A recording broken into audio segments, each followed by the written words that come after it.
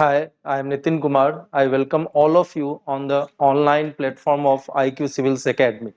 As usual, uh, for the daily analysis, here I am going to discuss with all of you the two Hindu editorial and besides that two of the articles related to the Indian Express. Okay, so let's see what are those editorials.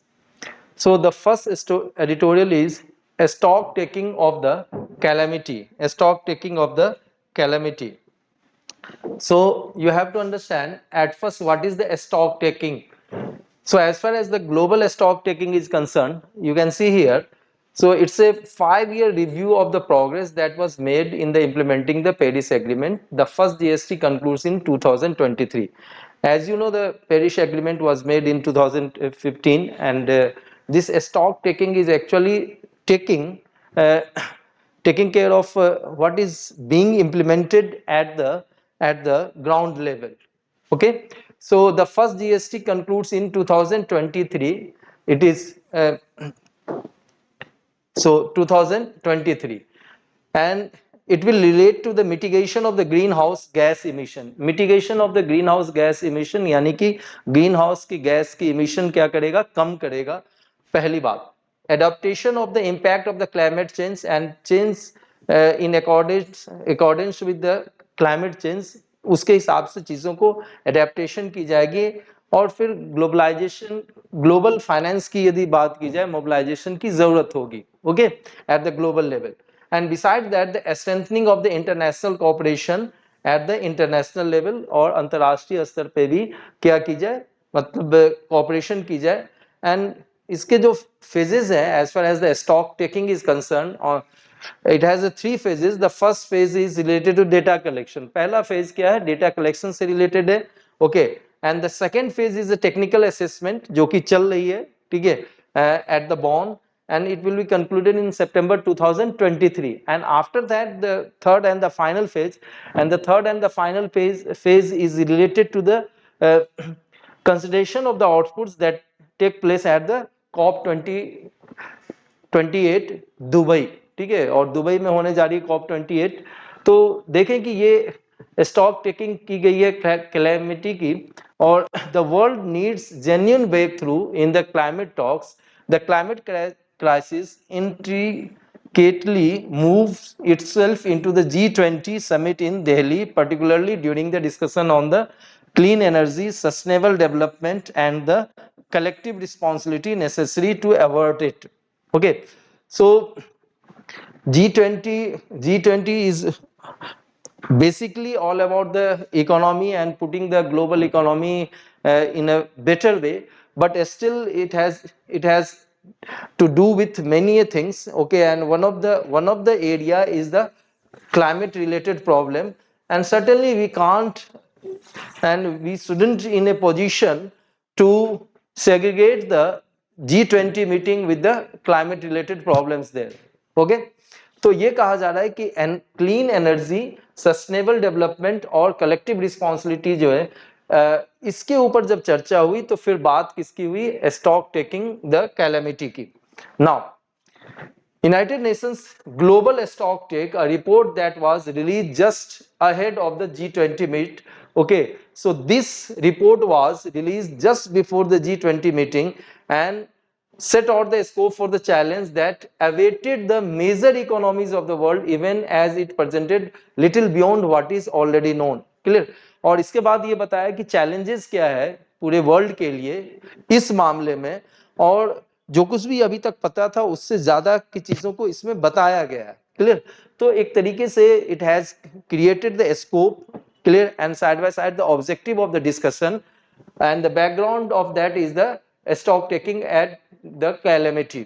Now अब ये समझे, the stock take is a serve as a template to guide discussion ahead of the 20th conference of the parties scheduled in the Dubai. जैसे मैंने आपको बताया कि COP 28 की जो कॉन्फ्रेंस होगी वो दुबई में होने जा रही है, और उससे पहले एक तरीके से ये देखें तो कहीं ना कहीं it will create the background there and that COP 28 meeting is going to be held in the November 2023 itself. Okay, and meant to be the official reckoning of the work actually done by the countries since 2015 in stemming greenhouse gas emission. और green house gas emission की यदि बात की जाए और 2015 से देखी जाए तो उसके बाद से कैसे अलग अलग कंट्रीज ने बिहेव किया है या अलग अलग कंट्रीज ने कौन से ऑब्जेक्टिव्स को पूरा किया है जो कि 2015 के पेरिस सम्मेलन में जो रखी गई थी. Okay. That year, signatory of the UN Convention on the Climate Change agreed in the Paris to keep the global emission from raising beyond the 2 degrees Celsius and as far as possible limit it to the 1.5 degrees Celsius. Now try to understand in the Paris Agreement, actual the maximum target is the 2 degree Celsius per year. इससे ज्यादा की क्या नहीं होनी चाहिए, जो global warming के अंदर इंक्रीज नहीं होनी चाहिए. और कहा गया कि if possible keep it to the 1.5 degree Celsius. Though it acknowledges some headway, the world as of now is emitting gases in the manner that will certainly overshoot the Paris agreed limit. Okay, in the Paris there was a agreed limit of 2 degrees Celsius, or if possible go for the 1.5 degree Celsius now. But there was some successes there, but barring that, actually the emission by the different countries will lead to the overshoot the Paris agreed limit. यानी कि Paris के अंदर जो agreed limit थी उससे कहीं आगे चली जाएगी बातें. The report unequivocally states that the much more ambition in action and support. Clear? और इस रिपोर्ट में कहा गया कि भाई जो एम्बिशियस टारगेट रखी गई उसके लिए और भी ज्यादा एक्शन की और सपोर्ट की जरूरत है. Is necessary for implementing the domestic mitigating measures to reduce the global greenhouse gas emission by 43 2023 and 60% by 2035. Clear. और ये जो टारगेट रखा गया, टारगेट क्या था ग्लोबल लेवल पे ग्रीन हाउस गैस इमिशन की, कि भाई इसको जरूरत क्या है कि 43% से 2030 तक इसको क्या किया जाए, कम किया जाए, एंड बाय 60% बाय 2035. क्लियर. जिससे कि net zero, clear, carbon dioxide की इमिशन 2015 तक ग्लोबली हो पाए. यानी कि the ultimate target is by the 2050 there should be the net zero carbon dioxide emission, and for that purpose the intermediary target is a 60% by the 2035 and 43% by the 2030. Okay, so based on the current information submitted by the countries, the emission gap consists with the 1.5 degrees Celsius in 2030 is estimated to be 20.3 billion tons to the 23.9 billion tons of the CO2. Clear. यदि कहा यह जा रहा है 2030 तक 1.5 degree Celsius तक रखना है यदि ग्लोबल टेम्परेचर को, तो उसको मैनेज करने के लिए, to manage that target, what is the financial requirement? Financial requirement is 20.3 billion tons to the 23.9 billion tons of the CO2. Okay, तो फाइनेंशियल रिक्वायरमेंट की जरूरत होगी इस लेवल के CO2 के इमिशन को मैनेज करने के लिए. And actually what is the financial requirement, later on it will come.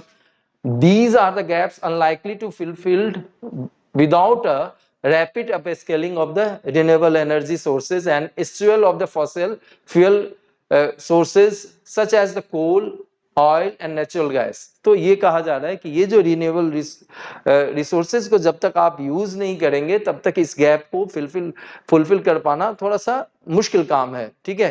And certainly you have to eschew from, दूर रहना पड़ेगा कोल से, ऑयल से और नेचुरल गैस से. ठीक है. However, despite several acknowledgements by the world leader, most recently at the G20 of the magnitude of the crisis, little has been achieved in terms of the energy transition. तो कहा यह जा रहा है कि although the global leaders are acknowledging all these challenges there, but still one thing is quite clear, not enough have been done, at least in the G20 meeting which held in the New Delhi. Okay. Now, G20 countries account for 93% of the global operating coal power plants and 88% of the prospective ones. So, try to understand one thing, clear? As far as the global G20 is concerned, their share is the 93% of the global operating coal power plants and 88% even they will mitigate out later on. यदि आगे जाके कम भी कर दी जाए तो 88% तक रहेगी. Now, so G20 leaders declaration formally recognized the need of the 5.8 to 5.9 trillion in the pre 2030 period required for developing countries, as well as 4 trillion per year for the clean energy technology by 2030 to reach the net zero by 2050. तो कहा यह जा रहा है कि G20 leaders ने इस चीज को एक्नॉलेज किया कि 2030 की जो टारगेट है उसको पूरा करने के लिए just to achieve that target, what is the requirement? 5.8 to 5.9 trillion US dollar. Okay, and beyond that, to 2030 up to the 2050, what is the requirement? Is the 4 trillion US dollar per year. तो इसकी जरूरत होगी. ये मतलब financial requirement की है बातें. The reports also dwells out the need to reverse deforestation and the adoption of the electric vehicles. तो इसके साथ ही भी ये कहा गया कि रिवर्स द डिफॉरेस्टेशन, यानी कि डिफॉरेस्टेशन को क्या करना पड़ेगा? रोकना पड़ेगा. और साथ में we have to adopt more and more electrical vehicle so that we can manage the carbon dioxide emission. Okay, and for that what is the requirement? We have to go for the multi-pronged strategy as far as the clean energy economy is concerned. However, it does not single out individual countries or provide a more granular analysis of where the existing shortcomings are in approach adopted by the countries to curtail the emission. देखो अब ये समझिए कि emission को कम करने के लिए भाई who is the villain? ठीक है, at the global level which country is not actually achieving the target as per the requirement by 2050, जिसमें कि हम जीरो इमिशन की बात कर रहे हैं. ठीक है, तो एक चीज आपको ये समझने की जरूरत है, इस पे किसी एक कंट्री को ब्लेम गेम नहीं किया गया, और जिसकी एक तरीके से आप कह सकते हैं कि G20 के अंदर इस चीज को मैनेज किया गया है. ध्यान देना इस बात को आप. Now, the Stocktake report, however, must not be dismissed as yet another technical document. तो Stocktake की जो रिपोर्ट है उसको टेक्निकल डॉक्यूमेंट नहीं माना जाए. During the upcoming climate talks, that is COP28 Dubai में जो होने वाला है, it must form the basis for the negotiation to aid the discovery and adaptation of the genuine breakthrough. और इसके आधार पर यदि बातचीत की जाएगी तो certainly दुबई के अंदर जो COP28 होगी उसमें हमें कुछ ना कुछ ब्रेक थ्रू मिलने देखने को मिलेगा. Now, so next one is the secure and fair e-commerce trade practices and regulation. The second editorial, certainly it is related to the governance, that is the GS paper second, and we have a economy, that is GS paper third. So this part is connected to these two area of the GS paper. देखिए ये है क्या, इस चीज को समझने की कोशिश करें. Try to understand. First to regulate unfair online trade practices. Unfair जो ऑनलाइन ट्रेड प्रैक्टिसेस है, क्लियर, उसको रेगुलेट करने की कोशिश की जा रही है. And according to this editorial it is actually quite overdue. ये बहुत पहले हो जाना चाहिए था. India's effort to regulate insidious e-commerce. Now try to understand this word insidious. Clear? मतलब ऐसा pernicious चीज या हानिकारक या ठीक है harmful जो कि हो भी रहा हो लेकिन पता ना चल रहा हो. ठीक है, it is not actually on the surface level but still it is going on, and which is quite harmful is known as a insidious. Clear? So what is the phrase used here is insidious e-commerce. तो insidious e-commerce को क्या किया गया, उसके अंदर जो trade practices हैं, ठीक है, अब इसमें जो मेन आपको पॉइंट समझना है, ठीक है, that is just a minute, that is dark pattern. Clear? इस चीज को जब ई कॉमर्स हानिकारक तरीके से हार्मफुल वे से की जाती है और कोई ट्रेड प्रैक्टिसेस अपनाई जाती है तो इसको क्या कहा जाता है? डार्क पैटर्न कहा जाता है. Clear? or if the government is taking steps, okay, to regulate these unfair online trade practices, okay, it was quite overdue, and according to this editorial, it is a welcome step on the behalf of the government. Now, the government consultation with the sector stakeholders and the consumer advocacy group culminating with the draft guideline to prevent and regulate dark patterns. Clear? अब सरकार क्या कर रही है, जितने भी stock holders हैं, ठीक है, क्लियर, जितने भी स्टेक होल्डर्स हैं, स्टेक होल्डर्स की बात की जाए तो उसके साथ गवर्नमेंट, मतलब जो इससे भी जुड़ा हुआ है उसके साथ गवर्नमेंट क्या कर रही है, बात कर रही है, ठीक है। और इसके बाद एक ड्राफ्ट गाइडलाइन लाया गया, still it is not a conclusive one, and certainly the government has asked for a advice there कि लोग अपने क्या दें, advice they, public comment they, and the deadline for that is the October 5, and will it is hoped generate much needed attention this issue deserve। तो कहा जा रहा है कि जिस इशू के ऊपर बहुत चर्चा होनी चाहिए थी, फैसले लिए जाने चाहिए थे, आशा की जाए कि भाई, ये होप की जाए कि भाई इसमें लोगों की इंटरेस्ट भी आएगी, लोग अपने ओपिनियन भी देंगे, people will pay the requisite attention there. okay, now here you have to understand the British user experience research, ठीक है, तो British user experience researcher Harry Brignull ने एक वर्ड क्वाइन किया, and this word was coined as a dark pattern in 2010। तो इस word को किसने क्वाइन किया, तो हैरी ब्रिंगॉल ने, ठीक है। और गूगल की बात की जाए, Google now the parent company is alphabet, considered a benign search engine, जो कि एक बिनाइन सर्च इंजन माना जाता है, फेसबुक जो कि अब मेटा के नाम से जाना जाता है, enable the long lost connection and unprecedented access into the personal lives and even when people lived ocean apart। मतलब आप, ठीक है, वर्ल्ड के किसी भी कोने में हो, ठीक है, और जैसे ही आप ई कॉमर्स के वेबसाइट के ऊपर आप चीजों को रजिस्टर करते हैं, certainly for that purpose you have to give your email, for that purpose you have to give your phone number, and after that they will intrude into your privacy, ठीक है, वो आपके प्रिवेसी में क्या कर सकते हैं, घुस सकते हैं और घुस भी जाते हैं, ठीक है। Dark patterns of the profit making had emerged, but consumer awareness about the consequences of the privacy, time and energy and money spent was unclear, ठीक है। तो डार्क पैटर्न की यदि बात की जाए, उससे प्रॉफिट मेकिंग तो की जा रही है, ठीक है, but consumer are unaware about the how it will lead to the breach of their privacy, how they are consuming their time, energy and how they are spending money, ठीक है, इस चीज की बात। अब देखिए एग्जाम्पल्स दिया जा रहा है, what are the examples of the dark pattern that have since become ubiquitous including the auto check mark. Ubiquitous means which is present everywhere, clear, almost everywhere in the world. और जैसे कि आप travel insurance के लिए auto check करते हैं, ठीक है, बुकिंग करनी हो फ्लाइट्स की टिकट्स, तो सर्टेनली उस समय आपके सारे के सारे डेटा इनके पास होते हैं, clear.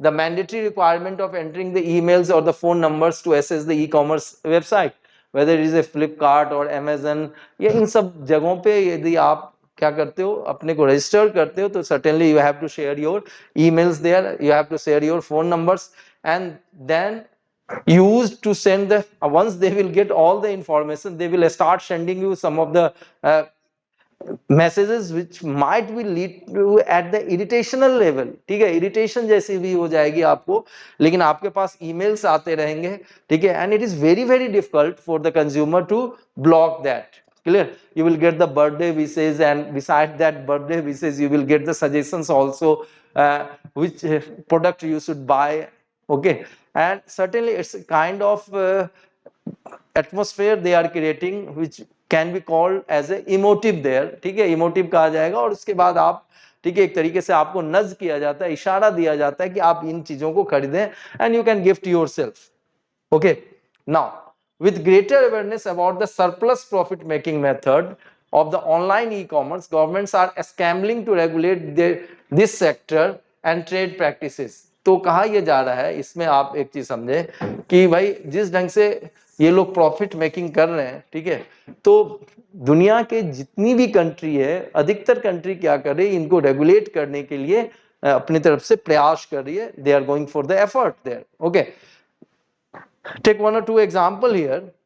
Okay, the European Data Protection Board issued guidelines on how to recognize and avoid the dark patterns on the social media platform. तो सोशल मीडिया प्लेटफॉर्म पे डार्क पैटर्न को रिकॉग्नाइज करने के लिए, पहचानने के लिए और उनको अवॉइड करने के लिए गाइडलाइन इशू की गई, किसके द्वारा? यूरोपियन डेटा प्रोटेक्शन बोर्ड के द्वारा. Clear? Take another example of United States. Federal Trade Commission ने पिछले सितंबर को, ठीक है, वार्न किया, लोगों को चेतावनी दी, a rise in the sophisticated dark pattern designed to trick and trap the consumers. Okay, they will go for the sophisticated dark pattern. Okay, they will design in such a way that they are going to trick you and certainly they are going to dupe your money also later on. Okay, consumer को इसका क्या होगा? घाटा होगा. ये चीज कही गई किसके द्वारा? तो यूनाइटेड स्टेट्स के फेडरल ट्रेड कमीशन के द्वारा. Now the guidelines in India detail ways to identify and prevent the false urgency, okay, basket sneaking and confirm shaming, force action and subscription trap by the online platform. अब ये करते क्या है? What they usually go for, ठीक है, for the dark pattern, what they usually go for, they will go for the false urgency. False urgency कहने का ये मतलब है कि ये कहते हैं कि देखो ऐसा होगा कि भाई 5th तक ही आपके पास क्या है? ऑफर है, ठीक है, and once you avail this offer certainly you will get a 50% discount, 60% discount और 70% discount. तो एक चीज तो ये हो गई क्या? फॉल्स अर्जेंसी की. दूसरी बात है बास्केट स्नीकिंग. क्लियर? अब आपने, ठीक है, फ्लिपकार्ट के अंदर देखा होगा या बहुत सारे कंपनीज की बात कर लें, अमेजन वगैरह की बात कर लें, तो वो कार्ट होती है जिसमें आप जो प्रोस्पेक्टिव जो आपके गुड्स या सर्विसेज लेना चाह रहे हो उसको आप रख देते हो, ठीक है. They will use to sneak into that कि भाई किसने क्या रखा हुआ है और अकॉर्डिंगली वो क्या करेंगे? आपको प्रॉम्प्ट्स भेजना शुरू करेंगे. They will start sending you the prompts there. Okay, confirm shaming. Clear? एक बार कंफर्म कर लिया और उसके बाद फिर आपने उस चीज को एक तरीके से डिलीट कर दिया या फिर ऑर्डर को कैंसिल कर दिया, then you will get the message for that purpose. So all such types of tricks are being applied by them. Okay, so now in India, an Advertising Standard Council of India report in 2021 estimates that over 50% of the e-commerce site use the dark pattern to sell their products. Clear? जहां तक India का सवाल है कि जो जितने भी e commerce site है उसमें से 50% क्या कर रहे हैं? 50% क्या कर रहे हैं? डार्क पैटर्न को यूज कर रहे हैं, ठीक है, अपने प्रोडक्ट्स को सेल करने के लिए. Now in what is truly known as the era of the 4th industrial revolution. अब इस फ्रेजोलॉजी को आप थोड़ा सा देखना, era of the 4th industrial revolution. और वो क्या है? नेट टेक्नोलॉजी को यूज किया जाना systematically to collect the behavioral footprints of the digital user. ठीक है, behavioral footprints of the digital user.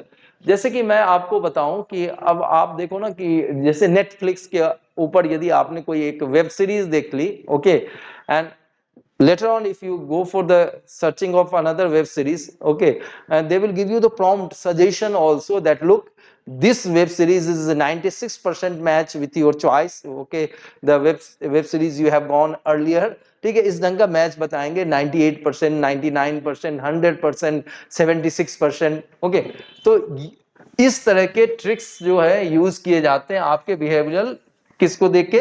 Patterns को देख के. ओके, नाउ इसके अलावा जो अमेजन की बात की जाए या जितने भी हैं, ठीक है, फ्लिपकार्ट, ये क्या करते हैं? थर्ड पार्टी के प्रोडक्ट्स को बेचते हैं, ठीक है, that are often larger than the gross domestic product of the several nation combined. और इनके जो बहुत दफे आप देखो कि इनकी जो प्रॉफिट होती है या इनकी जो रेवेन्यू होती है बहुत सारे देशों के जीडीपी को इकट्ठे मिला लो उससे भी ज्यादा होती है. Okay, so India's efforts so far to regulate the sector have been continued to preventing tax leakage and protecting the interests of the bricks and mortar merchants.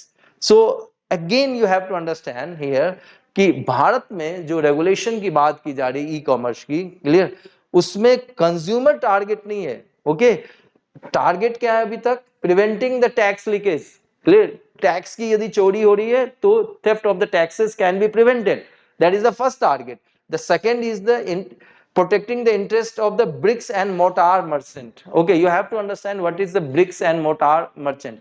The grocery वाला in neighborhood of yours, clear, आपके घर के बगल में जो grocery वाला है उसको ब्रिक्स एंड मोटार कहते हैं, ठीक है, समझना. तो उनके इंटरेस्ट को प्रोटेक्ट करना, टैक्स लीकेज को रोकना, ये सरकार ने किया है अभी तक ई कॉमर्स को रेगुलेट करने के नाम पे. But what about the consumer, clear, now the government is focusing on the consumer. That is the difference here, along with the wider view to need to safeguard the privacy in the relation to the personal data. और consumer को protect किया जाए और उनके personal data को क्या किया जाए, सेव किया जाए, बचाया जा सके ई कॉमर्स साइट से, सोशल मीडिया प्लेटफॉर्म से. And should boost user confidence. और ये जो गवर्नमेंट कोशिश कर रही है, इससे क्या होगा कि कंज्यूमर की जो कॉन्फिडेंस है वो क्या होगी, बूस्ट होगी ई कॉमर्स के लिए. वो अपने को ठगा हुआ नहीं मानेंगे, ठीक है, उनको ड्यूप नहीं किया जा सकेगा. Now so what is the last line here, ensure a safe, secure, free, fair digital platform. Now try to understand, these are the very simple word but the combination makes it very very beautiful and it exactly saying what is required here.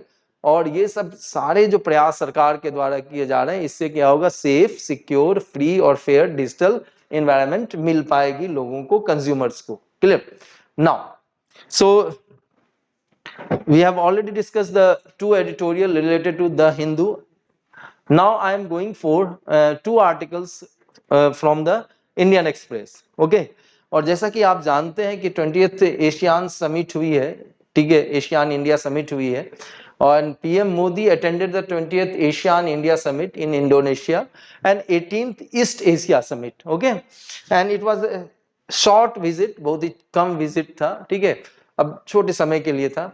The two sides also agreed to enhance the cooperation on the maritime safety. देखो, certainly this is related to your IR, clear, GS paper second.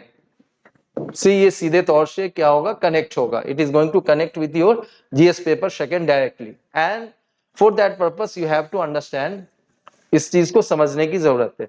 तो maritime safety के लिए security through the confidence building measures, ठीक है, और security कैसे की जाएगी, कॉन्फिडेंस, और सीबीएम्स की बात की जा रही है. देखो सीबीएम क्या होता है ये समझना. जैसे इंडिया पाकिस्तान के केस की बात कर ले, if you talk about the India Pakistan case, okay, we have a civilian CBMs and the military CBM. Okay, जैसे इंडिया पाकिस्तान के अंदर मिलिट्री सीबीएम की बात की जाए, if there is going to be the mobilization of the forces at the front, certainly both the country is going to inform each other, ठीक है, नहीं. और जैसे कि यदि if there is a situation which can lead to a escalation of the tension between the two country military wise, in that case the DGMO, Director General of Military Operation, from the Pakistan side and from India side will talk, clear. and ये सारी चीजें क्या है, military CBM में confidence building major. लेकिन दूसरी तरफ civilian CBM की बात की जाए तो देखो कि once there is a detente, you have to understand, once there is escalation of tension between the two countries and if there is a war and after that if the peace prevails, that situation is known as the detente in accordance with the international relations terminology. Clear. तो जब ये डिटेंटी जैसी स्थिति होती है या India Pakistan के बीच में अच्छे संबंध फिर से आने की बात होती है, तो उसमें सबसे पहले क्या करते हैं, फिशर्समैन को रिलीज कर देते हैं, ठीक है. जो इंडियन फिशरमैन पाकिस्तान ने पकड़ के रखे हैं या पाकिस्तानी फिशरमैन जो हमने पकड़ के रखे हैं, तो ये क्या कहलाएगी, सिविलियन सीबीएम या कॉन्फिडेंस बिल्डिंग मेजर्स. क्लियर.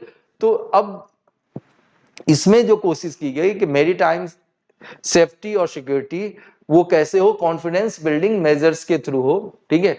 इसके अलावा जो भी बेस्ट प्रैक्टिसेस हैं इमरजेंसी रिस्पांस के लिए, ह्यूमैनिटेरियन असिस्टेंस, डिजास्टर रिलीफ के लिए, यानी कि कोई डिजास्टर रिलीफ को देनी हो, रेस्क्यू करनी हो, ठीक है, रिलीफ ऑपरेशन हो, उन सबों के लिए जो बेस्ट रिस्पांस हो सकती है और जो बेस्ट प्रैक्टिसेस है उस पर बात की जाए.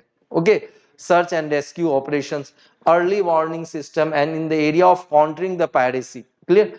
पायरेसी को रोकने के लिए, समुद्री डकैती को रोकने के लिए, arm robbery against the ships, trafficking in the persons, smuggling of the arms and drugs and combating the IUU. Clear? IUU stands for illegal, unreported and unregulated fishing. जैसे इंडिया और श्रीलंका के बीच में आप कर लें तो ये बहुत दफे देखी जाती है कि जो इंडियन साइड के जो फिशरमैन है वो टेरिटोरियल वाटर्स श्रीलंका के अंदर चले जाते हैं, ठीक है, और वहां पर फिशिंग करते हैं, ठीक है। और इंडिया के पास और इंडियन फिशरमैन्स के पास आप देखोगे कि मैकेनाइज्ड ट्रॉलर होता है। क्या होता है? मैकेनाइज्ड ट्रॉलर होता है, तो उसका फायदा उठाते हैं। क्लियर? तो ये सारी चीजें जो आईयू है इसको क्या किया जा सके, रोका जा सके।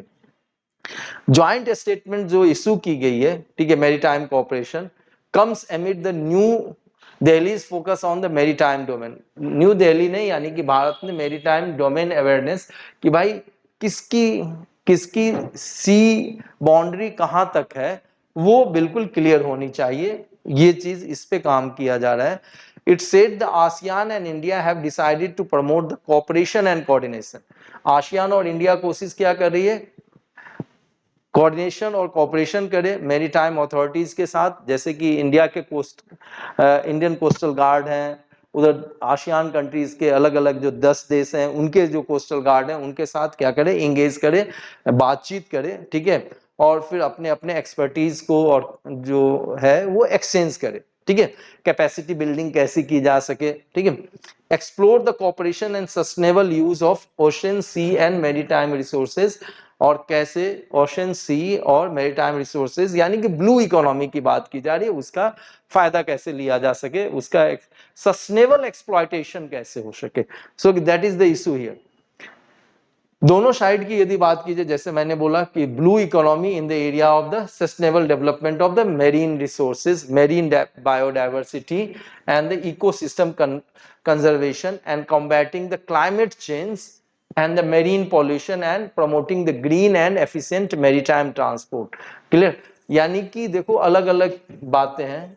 सबसे पहले कि मेरीन रिसोर्सेज, मेरीन बायोडाइवर्सिटी और इकोसिस्टम कंजर्वेशन, क्लाइमेट चेंज को क्या करना, कॉम्बैट करना, मेरीन पॉल्यूशन, इन चीजों के ऊपर दोनों देश की बात की जाए, नहीं तो एक तरफ आसियान के 10 देश और मतलब दोनों पार्टीज की बात की जाए तो वो बातचीत कर रहे हैं, ठीक है। इसके अलावा रिन्यूएबल एनर्जी को मेरीन बेस्ड बनाया जाए, ठीक है, इसके ऊपर ensuring seamless connectivity in the Indo Pacific. Now try to understand the Indo Pacific. Indo Pacific की यदि आप बात की जाए तो सबसे पहले ये समझिए कि we have a just a minute. You have a Persian Gulf here, we have a Red Sea here, okay. Now this is going to be the Madagascar, let's suppose ये पूरा अफ्रीका, क्लियर। ये जो पूरा area है, ठीक है, India की यदि बात की जाए, ठीक है, इंडिया की बात की जाए, क्लियर, तो ये पूरा इंडियन ओशन का एरिया आ जाओ, स्टेट ऑफ मलक्का से होते हुए आप जो पैसिफिक ओशन, तो पूरा पैसिफिक ओशन और पूरा इंडियन ओशन की यदि बात की जाए तो that is the Indo Pacific. और जहां तक इंडो पैसिफिक का सवाल है, यूरोपियन कंट्रीज हो गए, यूएसए की बात कर ले, ये चाहते हैं कि इंडिया क्या है, सेंट्रलिटी में रहे, और ये कहा जा रहा है इनके द्वारा कि ये क्या है भाई, नेट सिक्योरिटी प्रोवाइडर है इस एरिया में यदि कुछ भी होती है तो आसियान सर्टेनली इस मायने में क्या रखता है, मायने रखते हैं। और इंडो पैसिफिक कोलैबोरेशन हो किस चीज की, क्वालिटी की, ठीक है, किस चीज की, क्वालिटी की, सस्टेनेबल एंड रेजिलिएंट इंफ्रास्ट्रक्चर बनाई जाए, ठीक है, प्राइवेट सेक्टर की भागीदारी हो, टूरिज्म इंडस्ट्री, ठीक है, micro small and medium enterprises, coastal communities, financial institution, youth and scientific community, जितने भी एकेडमिशिया के लोग हैं जैसे कि प्रोफेसर वगैरह, ये आपस में मिलें और बेहतर ब्लू इकोनॉमी को करें। क्लियर? सो अब इस पूरे स्टेटमेंट की यदि बात की जाए, included points such as encouraging the innovation in the blue economy. Blue economy यानी कि जो मरीन रिसोर्सेज होते हैं और उसकी जो एक्सप्लॉयटेशन की जाती है, that is the blue economy through the, और इसमें क्या किया जाए कि हैकेथॉन्स की जाए, यानी कि मान लो कि ब्लू इकोनॉमी को बढ़ाने के लिए कैसे एप्स बनाए जाएं, ठीक है, और कैसे इस जो प्रोडक्टिविटी को इंक्रीज किया जाए, समझना, और एक्चुअल में ब्लू इकोनॉमी कैसे मेन इकोनॉमी को क्या करे, हेल्प करे, ठीक है। इसके ऊपर हैकेथॉन्स किया जा सकते हैं, स्टार्टअप फेस्टिवल्स किए जा सकते हैं, ज्वाइंट रिसर्च किए जा सकते हैं, जिससे कि एक दूसरे के साथ जो नॉलेज है उसको शेयर करेंगे। कैपेसिटी बिल्डिंग के लिए बात की जा सकती है, सस्टेनेबल डेवलपमेंट, इको टूरिज्म, ये सारी चीजें इसमें हो सकती है इसको बढ़ावा देने के लिए। Now the question arises, what is ASEAN is all about, little bit of the background, okay, for your information, okay. On the 8th August 1967, 5 leaders and who were foreign ministers of the Indonesia, Malaysia, Philippines, Singapore, Thailand, ये सारे Bangkok में मिलते हैं, ठीक है। और ASEAN की website की यदि बात की जाए, एक्चुअली में थाईलैंड क्या कर रहा था कि there used to be dispute between the Malaysia, Indonesia and Philippines, and Thailand was actually mediating between them, okay, and eventually it lead to a signing of a document, and that document is actually you can say the starting of a ASEAN, okay. So in the beginning there were only 5 countries now, and देखो भाई, Indonesia की तरफ से Adam Malik, clear, Narciso R Ramos Philippines की तरफ से, टुन Abdul Razzaq Malaysia की तरफ से, एस राजा रत्नम सिंगापुर की तरफ से, और थनट कोमन थाईलैंड की तरफ से थे, ये रिप्रेजेंटेटिव थे, फॉरेन मिनिस्टर थे, ठीक है। और they were known as actually the founding fathers of the ASEAN, ASEAN के फाउंडिंग फादर्स के रूप में जाने जाते हैं, ठीक है। It's intergovernmental organization, try to understand what do you mean by intergovernmental organization, clear. So it's a organization in which the government of these countries are actually the members, not the private companies. ध्यान देना, India government यदि मान लो कि inter governmental organisation होगी, ठीक है, जैसे SAARC की बात कर ली जाए 1 मिनट के लिए समझने के लिए, south Asian association for regional cooperation, तो उसमें गवर्नमेंट ऑफ इंडिया शामिल है, ना कि अडानी या अंबानी या इंफोसिस ये शामिल है, कोई प्राइवेट कंपनी नहीं। तो इंटर गवर्नमेंटल ऑर्गेनाइजेशन कहने का मतलब गवर्नमेंट शामिल होती है in the developing world today, and the document what they signed is known as ASEAN Declaration, clear. और जो साइन किया डॉक्यूमेंट पे उसको आसियान डिक्लेरेशन के नाम से जाना जाता है। अगले 5 डेकेड्स की यदि बात की जाए अगले, तो उसमें आप देख लो कि आप बहुत जैसे ब्रुनई, लाओ, कंबोडिया, म्यांमार, वियतनाम, ये सब शामिल हो गए, और इनका अपना एंथम है, they have an anthem, flag, और बाय एनुअल समिट, यानी कि साल में 2 बार इनकी मीटिंग होती है, और चेयरमैनशिप को रोटेट किया जाता है, क्लियर।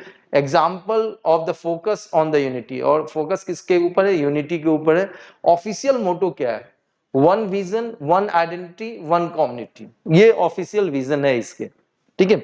नाउ एशियान डिक्लेरेशन की यदि बात की जाए, ठीक है, 5 लीडर्स के द्वारा साइन की गई, और इसके बाद ये फर्दर रीजनल कोऑपरेशन को क्या देता है, बढ़ावा देता है।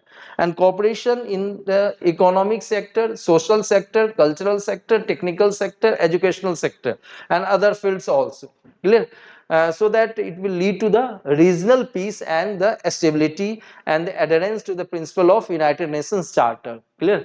So certainly even they are abide by the UN Charter also, okay, but it's a regional grouping, you have to understand this, okay.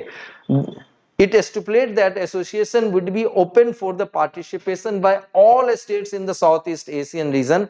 So देखो कंडीशंस क्या क्या है इसमें शामिल होने के लिए, सबसे पहले तो you have to be a South East Asian region से होना चाहिए आपके देश को, और साथ में इनके जो एम्स हैं, प्रिंसिपल हैं, पर्पस हैं, you should abide by that, आपको उससे क्या होना चाहिए, अबाइड होना चाहिए, clear. Now they have a 3 main pillars, okay, political security community, economic community and socio culture community, ये 3 इनके कम्युनिटी है, और ये बेसिक पिलर्स हैं जो कि इनके कॉपरेशन का क्या करती है, ब्लूप्रिंट तैयार करती है। Now the ASEAN and India, clear. ASEAN is the central of India's act east policy, और आसियान की यदि बात की जाए तो इंडिया की एक्ट ईस्ट पॉलिसी है, जिसमें कि साउथ ईस्ट एशियन कंट्रीज को टारगेट किया गया, उसके साथ सिक्योरिटी टाई अप की बात की जाए या फिर कल्चरल टाई अप की बात की जाए या फिर इकोनॉमिक टाई अप की बात की जाए या मैरीटाइम सिक्योरिटी की बात की जाए, ये सारी चीजें इसमें है। क्लियर नाउ, तो हमारे एक्ट ईस्ट पॉलिसी, इंडिया की जो एक्ट ईस्ट पॉलिसी है उसका मेन टारगेट कौन है? आसियान है। Clear, which focuses on the extended neighborhood in the Asia Pacific region। Clear, अब समझना कि एक्ट ईस्ट पॉलिसी के अंदर यदि बात की जाए, जो कि पहले से जो लुक ईस्ट पॉलिसी है उससे थोड़ा फर्क है, ठीक है। And the advent of the our new prime minister from the 2014 onwards, clear, act east policy के ऊपर ज्यादा जोर डाली गई। पहले क्या होता था, Singapore used to be the gateway to the ASEAN country, but now the Myanmar is the gateway to the ASEAN country. Why so? What is the reason behind it? Because through that actually we are looking for the development of the northeastern region, clear, of India। एक तो ये चाह रहे हैं और साथ में we want to boost the tie also there, ठीक है। और उसके बाद ट्राइलैटरल जो हमारे कॉरिडोर बन रहे हैं जिसमें लाओस, कंबोडिया वगैरह है, ठीक है। तो उसकी भी कनेक्टिविटी की बात चल रही है और उस पर काम भी हो रहा है। Now, the policy was originally conceived as an economic initiative, clear, लेकिन बाद में जो एक्ट इस पॉलिसी के अंदर पॉलिटिकल, स्ट्रेटेजिक और कल्चरल डायमेंशंस को भी क्या कर दिया गया, जोड़ दिया गया। And establishment of the institutional mechanism for the dialogue and the cooperation, clear. और इंडिया क्या है, आसियान +6 ग्रुपिंग का मेंबर है, ठीक है। एंड आसियान +6, आसियान के अंदर 10 countries +6 and +6 includes India. Besides that the China, Japan, south Korea, New Zealand और ऑस्ट्रेलिया इसमें क्या है, शामिल है, ठीक है। 2010 में हमने आसियान के साथ क्या साइन किया, free trade agreement. Free trade agreement का मतलब ये होता है, एफटीए का मतलब या तो जो टैरिफ है, ठीक है, इंपोर्ट एक्सपोर्ट ड्यूटी या तो जीरो होगी या नेग्लिजिबल होगी। तो ये हमने आसियान देशों के साथ किया। While India was a part of a negotiation to join the RCEP, Regional Comprehensive Economic Partnership, clear, और जिससे कि 2020 में इंडिया बाहर हो गया, क्लियर। ऑल्दो आज की तारीख में भी जो ऑस्ट्रेलिया, चाइना, जापान, यहाँ तक कि वो चाह रहे हैं कि आरसीईपी में इंडिया क्या हो जाए, शामिल हो जाए, ठीक है, लेकिन भारत इससे अलग हो चुका है, ठीक है। पहली बात तो आसियान देशों के साथ फ्री ट्रेड एग्रीमेंट के बाद जो हमारे बायलैटरल टाइज हैं, ठीक है, और बायलैटरल ट्रेड यदि कहो खास करके तो हमारे अनफेवरेबल है, ठीक है। यानी कि हम आसियान देशों से we are importing more and exporting less. That is the main thing you have to understand now. So ultimately decided not to do so. However, in the past 8 years, trade has grown in terms of the value, barring the pandemic years of 2020 and 2021, ठीक है। तो पिछले 8 साल में trade की जो volume है काफी बढ़ी आसियान कंट्री से 2020 और 21 को छोड़कर, clear. ASEAN itself has recently faced issues that complicate the coordination, such as the rise of China and claims over the South China Sea, ठीक है। आपने देखा कि चाइना ने अपने मैप इशू किए और मैप इशू किए के जाने के कारण से फिलीपींस के साथ इनकी क्या हो रही है, परेशानी हो रही है, ध्यान देना, क्लियर। तो मिलिट्री कन्फ्लिक्ट के इशू है कहां पर, म्यांमार के अंदर, ध्यान देना। और आसियान ने अभी देखा ही आपने कि म्यांमार को जो चेयरमैनशिप मिलनी चाहिए थी रोटेशनल बेसिस पे, ठीक है, 2026 की, वो उससे छीन लिया, ठीक है, उसको नहीं दिया। तो ये आपस के इनके मुद्दे क्या हुए हैं, बने हुए हैं, ठीक है। तो अब ये ध्यान देना कि regional comprehensive economic partnership often appear in the news in the context of the affairs of A group of the देखो आसियान ही कह सकते हैं, ठीक है। Now so we have another news here and this is related to the economy and that is your gs paper third. Okay, reserve Bank of India ने 8 सितंबर को announce किया कि वो डिसकंटिन्यू करेगा इंक्रीमेंटल कैश रिजर्व रेशियो को, clear, incremental cash reserve ratio, और वो भी क्या, फेज मैनर में, ठीक है। सबसे पहले ये समझना पड़ेगा what is a cash reserve ratio, clear. तो जितने भी शेड्यूल कॉमर्शियल बैंक्स हैं उनको अपने डिपॉजिट का कुछ हिस्सा, certain part they have to put as a reserve into a Reserve Bank of India. अपने हिस्से का कुछ अपने डिपॉजिट का कुछ हिस्सा कहाँ रखना पड़ता है, तो किसके पास, आरबीआई के पास रखना पड़ता है। And RBI use it as a tool, clear, उसकी जो मॉनेटरी पॉलिसी है उसके तहत इसको यूज करती है, क्लियर।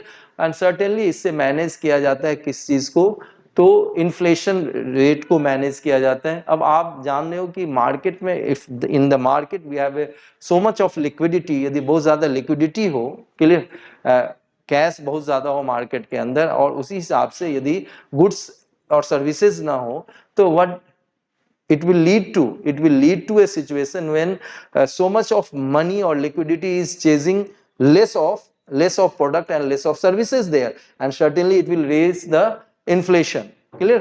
तो इस liquidity को control करने की जरूरत है, and one of the means RBI applies is the CRR, that is the cash reserve ratio. But here you have to understand the incremental reserve ratio, cash reserve ratio। तो अभी देखते हैं, इसको समझते हैं कि क्या है ये, ठीक है। लेकिन सबसे पहले ये जाने कि 3 स्टेज में इसको वापस लेने जा रही है, ठीक है। The I cash reserve ratio, incremental cash reserve ratio introduce कब किया गया, 10 अगस्त 2023 को आरबीआई के द्वारा। सरप्लस लिक्विडिटी जो कि जनरेट हुई है due to the various factor including the return of 2000 notes of the banking system. अभी आपने देखा कि कुछ दिन पहले 6 महीने का वक्त दिया गया था कि जिसके पास 2000 के रुपए के डिनोमिनेशन के नोट्स हैं वो आरबीआई में जमा कर दें, सॉरी बैंक्स में जमा कर दें। और बैंक्स में जब जमा करेंगे तो सर्टेनली बैंक्स के पास लिक्विडिटी बढ़ेगी, और उसी लिक्विडिटी को एब्जॉर्ब करने के लिए एक्चुअली में इंक्रीमेंटल कैश रिजर्व रेशियो की शुरुआत की गई है, clear. But this is a temporary measure which will be reviewed on September 8, 2023, जो कि September 8, 2023 को रिव्यू की जाएगी। आरबीआई ने कहा कि it has decided to discontinue the ICRR in a phase manner, ठीक है। अब इंडियन एक्सप्रेस की ये खबर है और इसके हिसाब से इसको वापस लिया जा रहा है आईसीआरआर को। और इसमें कहा गया कि करंट और जो इवॉल्विंग कंडीशन जो है लिक्विडिटी को, इसको देखते हुए, clear, that the amounts impounded under the ICRR would be released in stages to that system liquidity is not subjected to the sudden shock and the money market function in an orderly manner, ठीक है। और यदि liquidity को वापस न लिया जाए या फिर समय समय पे after taking the stock of the situation, if it is not infused into the economy, certainly it will lead to a market fluctuation, and market fluctuation lead to a sudden shock, and it might lead to the inflation also, which is not good for the economy, clear। तो RBI ने कहा कि release the 25% of the funds maintained by the lenders under the ICRR on सितंबर 9, मतलब सितंबर 9 को भाई 25% जो fund है जो कि आईसीआरआर के तहत रखा गया बैंक के द्वारा, कहां पर, तो आरबीआई के अंदर, उसको रिलीज कर दिया जाएगा। नेक्स्ट 25% कब रिलीज किया जाएगा, ऑन सितंबर 23, और रिमेनिंग 50% अक्टूबर 7 तक रिलीज कर दिया जाएगा, आरबीआई ने ये कहा, ठीक है। So this will mean that the bank will have a sufficient fund, और इसके कारण से क्या होगा, बैंक के पास सफिशिएंट फंड होगा, higher credit demand during the upcoming festival season. अभी दशहरा, दिवाली, ये सारे के सारे फेस्टिवल सीजन आ रहे हैं, और इनके पास सफिशिएंट फंड होगा लोगों को क्रेडिट देने के लिए, किसको, आम कंज्यूमर्स को। तो सबसे पहले तो ये समझे कि आईसीआरआर को कब इंट्रोड्यूस किया गया, तो अगस्त 10 को। और जब आरबीआई के गवर्नर कौन है, शक्तिकांत दास, ठीक है, उन्होंने ये कहा कि bank will have to maintain an ICRR of 10% of the increase in their net demand and the time liabilities between the May 19, 2023 and July 28, 2023, clear. इसमें यह कहा गया कि मई 19, 2023, ठीक है, जुलाई 28, 2023, इसके बीच में, ठीक है, जो भी इनके नेट डिमांड है और टाइम लायबिलिटीज है। टाइम लायबिलिटीज क्या है, जो आप फिक्स डिपॉजिट आप कहते हो उसको टाइम लायबिलिटीज कहते हैं, और डिमांड लायबिलिटीज क्या है, जो सेविंग्स अकाउंट है उसको कहते हैं। समझिए इस बात को। तो अब इसमें यह कहा जा रहा है कि इस पीरियड में कहा गया इनसे कि आप क्या करो कि जितना भी आपके पास टाइम लायबिलिटीज है या नेट डिमांड है उसका 10% इंक्रीमेंटल कैश रिजर्व रेशियो के रूप में रखें, ठीक है। और ये इफेक्टिव कब से हो गया? Starting from the August 12 on the 10th it has been the order has been issued and from the August 12 it became operative, clear।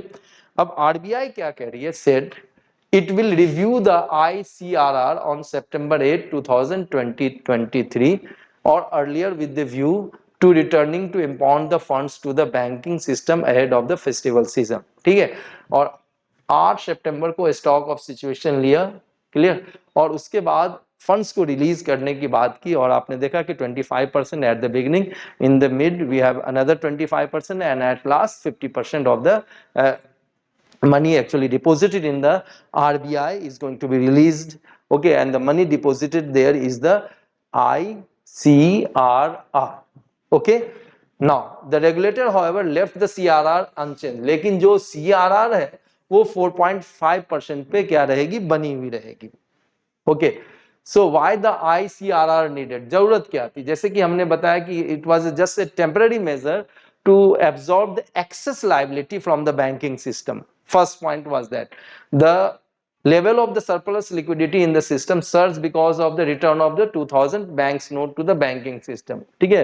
banks notes को banking system में डाला गया, इसके कारण से liquidity बढ़ी बैंक सिस्टम के अंदर। RBI surplus transfer to the government, pick up the government spending and capital inflows, clear. और RBI के पास जो सरप्लस है, ठीक है, सरप्लस जो ट्रांसफर की गई गवर्नमेंट को और गवर्नमेंट ने जो खर्च इसके कारण से किए और जो कैपिटल इनफ्लो हुआ और the daily absorption of liquidity by the RBI in the July is, और जुलाई के अंदर हर एक दिन 1.8 लाख करोड़ का क्या हो रहा था? RBI ने लिक्विडिटी को एब्जॉर्ब किया, मार्केट से लिया, ठीक है। एक्सेसिव लिक्विडिटी मैंने जैसा कि बताया ही आपको, it will lead to the price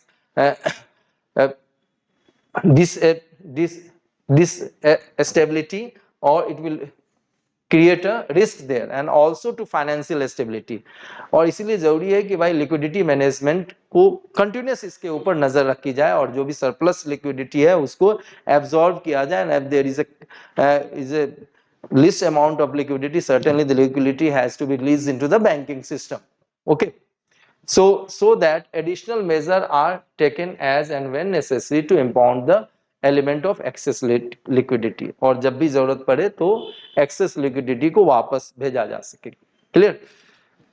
so ICRR measure will absorb rupees 1 lakh crore of excess liquidity from the banking system। तो 1 लाख करोड़ जो एक्सेस लिक्विडिटी आई है, क्लियर, किसके कारण से? 2000 नोट्स के डिनोमिनेशन को डिपॉजिट किए जाने के कारण से वो भाई एब्जॉर्ब किया जा सकेगा। बैंकिंग सिस्टम की बात की जाए, liquidity turn deficit for the first time in the current fiscal on the October 21 after the RBI's ICRR mandate। The tight liquidity condition was also contributed by the outflows on the amounts of goods and services, ठीक है। अब ये कहा जा रहा है कि liquidity condition इसलिए भी थोड़ी सी मुश्किल में आई क्योंकि जो जीएसटी का क्या होता है? जीएसटी का आउटफ्लो होता है and selling of the dollars by the central banks to the stem the rupees fall, यानी कि जो रुपए की गिरती हुई कीमतें हैं उसको रोकने के लिए सेंट्रल बैंक ने क्या किया? डॉलर्स को सेल किया, इसके कारण से भी लिक्विडिटी की दिक्कत आई। The liquidity as reflected by the amount of money injected by the RBI into the system stood at the 23,644.43 crore on August 21, clear.